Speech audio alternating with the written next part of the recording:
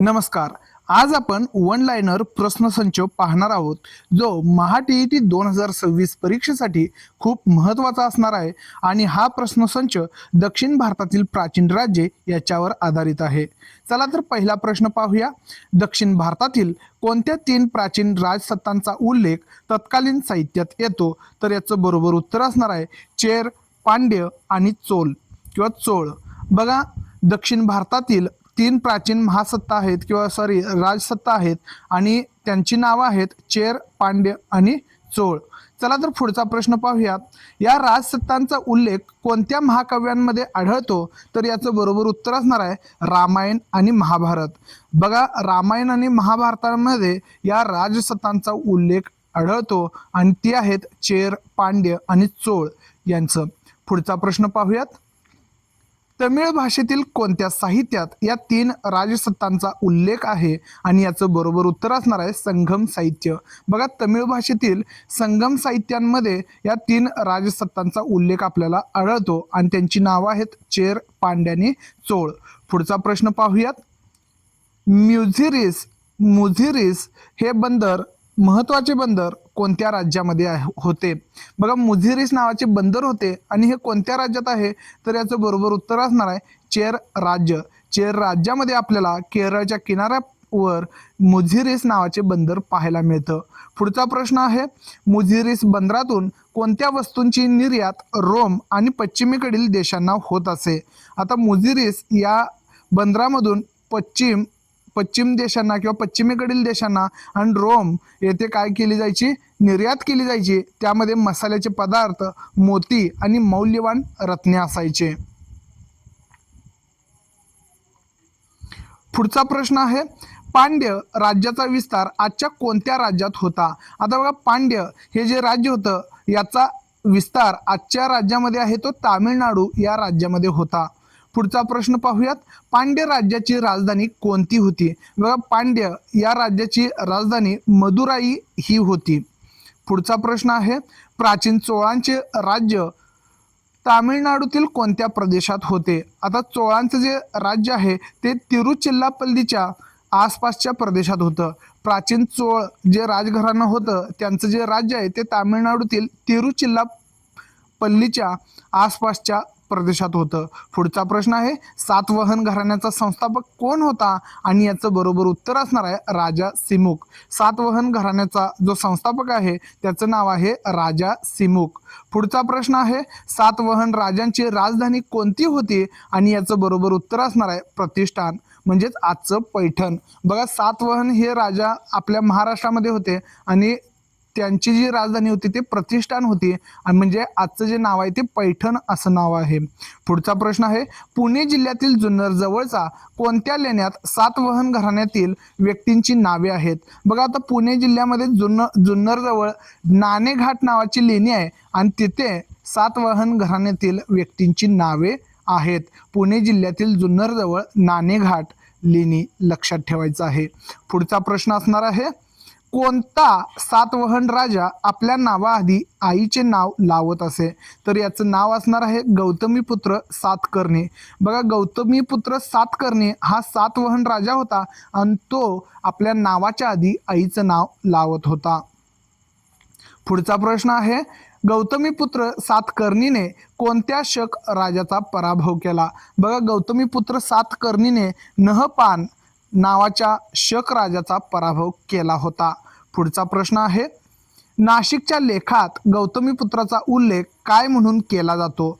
आता नाशिकच्या लेखामध्ये गौतमीपुत्राचा उल्लेख हा त्रिसमुद्र तोय पीत वाहन, म्हणजे ज्याच्या घोड्यांनी 3 समुद्राचे पाणी पिले आहे असा राजा किंवा असा गौतमीपुत्राचा उल्लेख आहे, सातकर्णीचा उल्लेख पाहायला मिळतो. पुढचा प्रश्न आहे, हाल नावाच्या सातवाहन राजाचा कोणता ग्रंथ प्रसिद्ध आहे? आता हाल नावाचा जो राजा होता त्याच्या ग्रंथाचं नाव आहे गाथा सप्तशती. गाथा सप्तशती हा हाल नावाच्या राजाचा ग्रंथ होता आणि हा महाराष्ट्री प्राकृत भाषेतील ग्रंथ होता गाथा सप्तशती. लक्षात ठेवायचं आहे नाव. पुढच्या प्रश्नाकडे वळूयात. सातवाहन काळात महाराष्ट्रातील कोणती ठिकाणे व्यापाराची केंद्रे म्हणून प्रसिद्ध होती? तर याचं बरोबर उत्तर असणार आहे पैठण, तेर, भोकरदन, कोल्हापूर. बघा, पैठण, तेर, भोकरदन, कोल्हापूर ही सातवाहन काळामध्ये व्यापाराची केंद्रे म्हणून प्रसिद्ध होती. पुढचा प्रश्न आहे, नाणेघाट कोणत्या दोन जिल्ह्याच्या सीमेवर आहे किंवा जिल्ह्यांच्या सीमेवर आहे? आणि याचं बरोबर उत्तर असणार आहे पुणे व ठाणे. आता पुणे व ठाणे या जिल्ह्यामध्ये नाणेघाट आपल्याला पाहायला मिळतो की या जिल्ह्यांच्या सीमेवर नाणेघाट पाहायला मिळतो.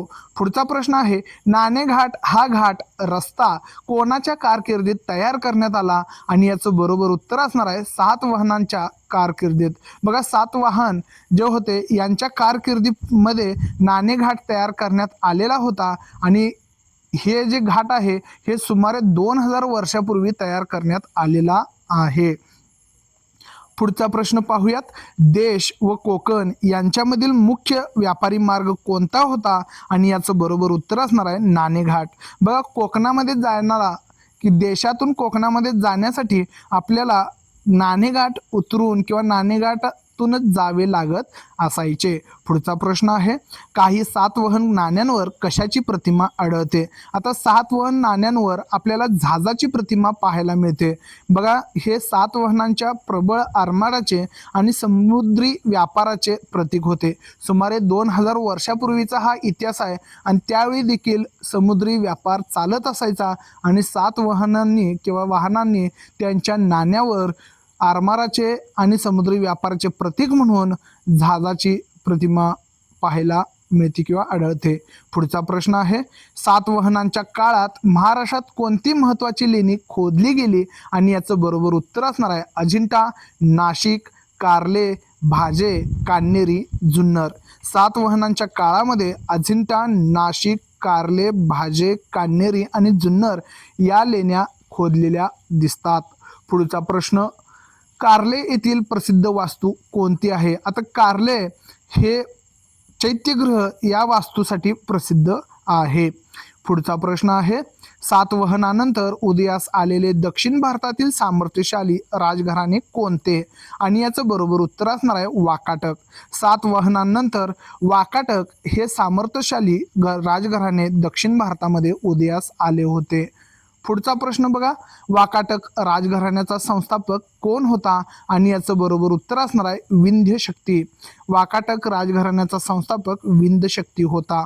पुढचा प्रश्न बघा, विंध्य शक्तीनंतर कोणता राजा गादीवर आला? तर त्याचं बरोबर उत्तर असणार आहे पहिला प्रवरसेन. विंध्य शक्तीनंतर पहिला प्रवरसेन हा राजा गादीवर आला. पुढचा प्रश्न, वाकाटक राज्याच्या 2 प्रमुख शाखा आणि त्यांच्या राजधानी कोणत्या होत्या? आता वाकाटक यांच्या 2 प्रमुख शाखा आहेत. त्या पहिली शाखा ती नंदीवर्धन म्हणजेच नागपूर जवळ आहे ही, आणि दुसरी शाखा ही वत्सगुल्म हे सध्याचे वाशिम म्हणजे नागपूर जवळ एक आहे आणि वाशिम जवळ एक आहे आणि त्यांची नावं आहेत नंदीवर्धन आणि वत्सगुल्म. नावं लक्षात ठेवायची आहेत. ह्या 2 वाकाटकांच्या महत्त्वाच्या शाखा आहेत. पुढचा प्रश्न पाहूयात, कोल्हापूरचे त्या काळातील नाव काय होते? कोल्हापूरचे 2000 वर्षापूर्वीचे या वाकाटकांच्या काळातील किंवा सातवाहनांच्या काळातील नाव कुंतल असे होते. कुंतल हे नाव कोल्हापूरचे होते. गुप्त सम्राट दुसरा चंद्रगुप्त याची मुलगी प्रभावती हिचा विवाह कोणाशी झाला होता? आता गुप्त सम्राट दुसरा चंद्रगुप्त याची जी मुलगी होती प्रभावती हिचा विवाह दुसरा रुद्रसेन म्हणजेच वाकाटकचा हा राजा होता दुसरा रुद्रसेन याच्याशी झाला होता. पुढचा प्रश्न आहे, अजिंठा येथील 16 क्रमांकाचे लेणे कोणी खोदून घेतले? आता अजिंठा येथे 16 क्रमांकाचे जे लेणे आहेत ते वराहदेव म्हणजे वाकाटकचा राजा हरिसेन याचा मंत्री होता. त्याचं नाव होतं वराहदेव आणि यांनी हे 16 नंबरचे लेणे खोदून घेतले होते. पुढचा प्रश्न पाहूयात, वराहदेव कोणत्या धर्माचा अनुयायी होता? तर याचं बरोबर उत्तर असणार आहे बौद्ध धर्म. बौद्ध धर्माचा वराहदेव हा अनुयायी होता. पुढचा प्रश्न पहा, अजिंठा येथील जगप्रसिद्ध चित्र कोणते आहे? अजिंठा येथे जगप्रसिद्ध चित्र आहे आणि त्याचं नाव आहे बोधिसत्व पद्मपानी. आता बघा, अजिंठा येथे जे प्रसिद्ध चित्र आहे याचं नाव आहे बोधिसत्व पद्मपाणी. नाव लक्षात ठेवायचं आहे. वाकाटक राजा दुसरा प्रवरसेन याने महाराष्ट्री प्राकृत भाषेत कोणता ग्रंथ रचला? वाकाटक राजा दुसरा प्रवरसेन याने महाराष्ट्री प्राकृत भाषेमध्ये सेतुबंध नावाचा ग्रंथ रचला होता. पुढचा प्रश्न आहे, वाकाटक राजा दुसरा प्रवरसेन याने कोणत्या ग्रंथाची रचना केली? आणि याचं बरोबर उत्तर असणार आहे सेतुबंध. बघा, वाकाटक राजा दुसरा प्रवरसेन याने सेतुबंध नावाच्या ग्रंथाची रचना केली होती. हा ग्रंथ महाराष्ट्री प्राकृत भाषेमध्ये होता, हेही लक्षात ठेवायचं आहे. पुढचा प्रश्न आहे, कालिदासाचे कोणते प्रसिद्ध काव्य याच काळातील आहे? तर कालिदास यांचे प्रसिद्ध जे काव्य आहे त्याचं नाव आहे मेघदूत आणि हे या म्हणजे वाकाटक राजाच्या काळातीलच आहे. पुढचा प्रश्न आहे, कर्नाटकातील चालुक्य घराण्याची स्थापना कोणी केली? आणि याचं बरोबर उत्तर असणार आहे पहिला पुलकेशी. बघा, इसवी सनाच्या 6व्या शतकामध्ये कर्नाटकातील चालुक्य घराण्याची स्थापना करण्यात आली होती. मित्रो, ही माहिती तुम्हाला खूप महत्त्वपूर्ण वाटत असेल तर आपल्या चॅनलला नक्की सबस्क्राईब करा. असे इयत्ता 4थी पासूनचे इयत्ता 10वी पर्यंतचे इतिहासाचे नोट्स मी आपल्या समोर घेऊन येणार आहे. महा TET परीक्षा असो वा इतर स्पर्धा परीक्षा असो, यासाठी खूप इम्पॉर्टंट अशा नोट्स मी या व्हिडिओजद्वारे तुमच्या समोर आणत आहे. पुढचा प्रश्न आहे, चालुक्य राजांची राजधानी कोठे होती? बघा, चालुक्य राजांची राजधानी बदामी कर्नाटक येथे होती. बदामीचे प्राचीन नाव काय होते? बघा, बदामी या राजधानीचे प्राचीन नाव वातापी होते. वातापी हे नाव लक्षात ठेवायचं आहे आणि चालुक्य राजांची ही राजधानी होती. पुढचा प्रश्न आहे, कोणत्या चालुक्य राजाने सम्राट हर्षवर्धन याचे आक्रमण प्रतावून लावले? बघा, दुसरा पुलकेशी ज्यानं काय केलेलं होतं, पहिला पुलकेशीने चालुक्य घराण्याची स्थापना केली होती आणि दुसऱ्या पुलकेशीने चालुक्य राजाने सम्राट हर्षवर्धन यांचे आक्रमण जे आहे ते परतवून लावले होते आणि त्याचं नाव होतं दुसरा पुलकेशी. नावं लक्षात ठेवायचे आहेत. चालुक्य राजांच्या कारकिर्दीत कोठे प्रसिद्ध मंदिर बांधली गेली? तर याचं बरोबर उत्तर असणार आहे बदामी, ऐहोळे आणि पट्टदकल. नाव लक्षात ठेवा, बदामी, ऐहोळे आणि पट्टदकल. चालुक्य राजांच्या कारकिर्दीत ही प्रसिद्ध मंदिरे बांधण्यात आली होती. पुढचा प्रश्न आहे, पट्टदकल येथे प्रसिद्ध मंदिराची स्थापत्य शैली कोणती आहे? आणि याचं बरोबर उत्तर असणार आहे द्रविड आणि नागर शैलीचा संगम आपल्याला इथं पाहायला मिळतो आणि हे पट्टदकल येथे आहे. पुढचा प्रश्न आहे, पल्लव राजसत्ता दक्षिण भारतातील कोणत्या राज्यात प्रबळ होती? पल्लव ही राजसत्ता तामिळनाडू या राज्यामध्ये प्रबळ होती. पल्लव ही राजसत्ता तामिळनाडू या राज्यामध्ये प्रबळ होती. पुढचा प्रश्न आहे, पल्लवांची राजधानी कोणती होती? आणि याचं बरोबर उत्तर असणार आहे कांचीपुरम. पल्लवांची राजधानी कांचीपुरम ही होती आणि ही. पुढचा प्रश्न पाहूयात, महाबलीपुरम येथील जगप्रसिद्ध रथ मंदिरे कोणाच्या काळात खोदली गेली? महाबलीपुरम येथे जगप्रसिद्ध अशी रथ मंदिरे आहेत आणि ही पल्लव राजांच्या काळामध्ये खोदली गेलेली आहेत. पुढचा प्रश्न आहे, पल्लव राजांच्या किंवा पल्लव राजसत्ता कोणत्या कलेसाठी प्रसिद्ध आहे? आणि याचं बरोबर उत्तर असणार आहे शिल्पकला आणि मंदिर स्थापत्य. बघा, यांच्यामध्ये अखंड पाषाणातील रथ मंदिरे पाहायला मिळतात आणि हे पल्लव राजसत्तेचं एक काय होतं म्हणजे शिल्पकला आणि मंदिर स्थापत्यासाठी ही पल्लव राजसत्ता प्रसिद्ध होती. पुढचा प्रश्न आता पाहूयात, राष्ट्रकूट आणि पल्लव या राजघराण्यावर आधारित आहेत. पल्लव राजघराण्यातील कोणता राजा स्वतः नाटककार होता? आणि याचं बरोबर उत्तर असणार आहे महेंद्रवर्मन. बघा, पल्लव राजघराण्यात महेंद्रवर्मन नावाचा राजा होता आणि हा स्वतः नाटककार होता. पुढचा प्रश्न आहे, चालुक्य राजा दुसरा पुलकेशी याचे आक्रमण कोणत्या पल्लव राजाने परतवून लावले? आणि याचं बरोबर उत्तर असणार आहे नरसिंहवर्मन. चालुक्य राजा दुसरा पुलकेशी याचे आक्रमण नरसिंहवर्मन पल्लव राजाने परतवून लावले होते. पुढचा प्रश्न आहे, महाबलीपुरम येथील रथ मंदिरे कोणत्या प्रकारच्या पाषाणात खोदलेले आहेत? महाबलीपुरम येथे असलेली रथमंदिरे हे अखंड पाषाणात कोरलेली आहेत. पुढचा प्रश्न आहे, कोणत्या प्रसिद्ध चीनी प्रवाशाने कांचीला भेट दिली होती आणि तेथील लोकांच्या धार्मिक सहिष्णुतेचे वर्णन केले आहे? तर याचं बरोबर उत्तर असणार आहे युआन शांग. बघा, युआन शांग या चीनी प्रवाशाने कांचीला भेट दिली होती आणि तेथील लोकांच्या धार्मिक सहिष्णुतेचे वर्णन त्याने आपल्या ग्रंथामध्ये वगैरे केलेलं आहे, प्रवास वर्णनात केलेलं आहे. पुढचा प्रश्न आहे, पल्लव राजांचे व्यापारी संबंध कोणत्या देशाशी होते? आणि याचं बरोबर उत्तर असणार आहे आग्नेय आशियातील देशांशी. पल्लव राजाचे व्यापारी संबंध हे आग्नेय आशियातील देशांशी होते. महाराष्ट्रात राष्ट्रकूट राजघराण्याची किंवा घराण्याची सत्ता प्रथम कोणी स्थापन केली? महाराष्ट्रात राष्ट्रकूट राजघराण्याची किंवा घराण्याची सत्ता ही दंतीदुर्ग नावाच्या राजाने किंवा व्यक्तीने काय केलेली आहे? स्थापन केलेली आहे. पुढचा प्रश्न आहे, राष्ट्रकूटांची सत्ता कोठून कुठपर्यंत पसरली होती? तर बरोबर उत्तर असणार आहे विंध्य पर्वतापासून दक्षिणेला कन्याकुमारीपर्यंत. बघा, राष्ट्रकूट ही सत्ता दंतीदुर्ग यांनी स्थापन केली होती आणि ही सत्ता विंध्य पर्वतापासून दक्षिणेला कन्याकुमारीपर्यंत पसरलेली होती.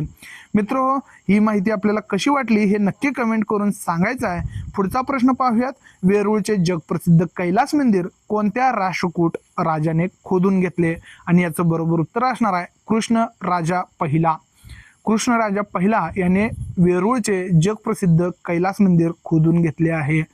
पुढचा प्रश्न आहे, पेरिप्लस अँड इरिथ्रियन सी किंवा पेरिप्लस आणि इरिथ्रियन सी या शब्दांचा अर्थ काय होतो? तर पेरिप्लस म्हणजे माहिती पुस्तक आणि एरिथ्रियन सी या शब्दाचा अर्थ होतो तांबडा समुद्र. आणि हे पुस्तक आहे Periplus of the Erythraean Sea हे पुस्तक आहे आणि या शब्दांचे अर्थ होतात तांबडा समुद्र आणि माहिती पुस्तक. लक्षात ठेवायचं आहे. पुढचा प्रश्न त्यावरच आधारित आहे. Periplus of the Erythraean Sea हे पुस्तक साधारणपणे कोणत्या काळातील आहे? तर बरोबर उत्तर असणार आहे इसवी सनाच्या पहिल्या शतकातील.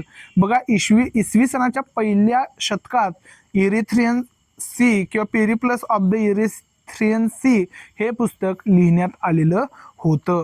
पुढचा प्रश्न आहे, या पुस्तकात भारताच्या पश्चिम किनाऱ्यावरील कोणत्या प्रमुख बंदरांचा उल्लेख आपल्याला आढळतो? आणि याचं बरोबर उत्तर असणार आहे बेरीगाझा म्हणजे भडोच. आजचं पुढं नालासोपारा, कल्याण आणि मुझिरीस.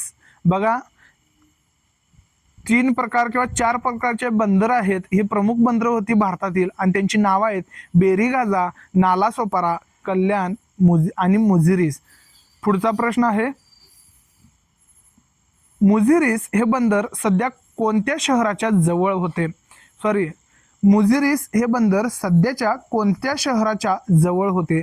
तर कोचीन म्हणजेच केरळ, आताचं जे केरळम, आता नाव बदलण्यात आलेलं आहे, पुन्हा केरळचं केरळम करण्यात आलेलं आहे आणि हे कोचीन येथं काय होतं?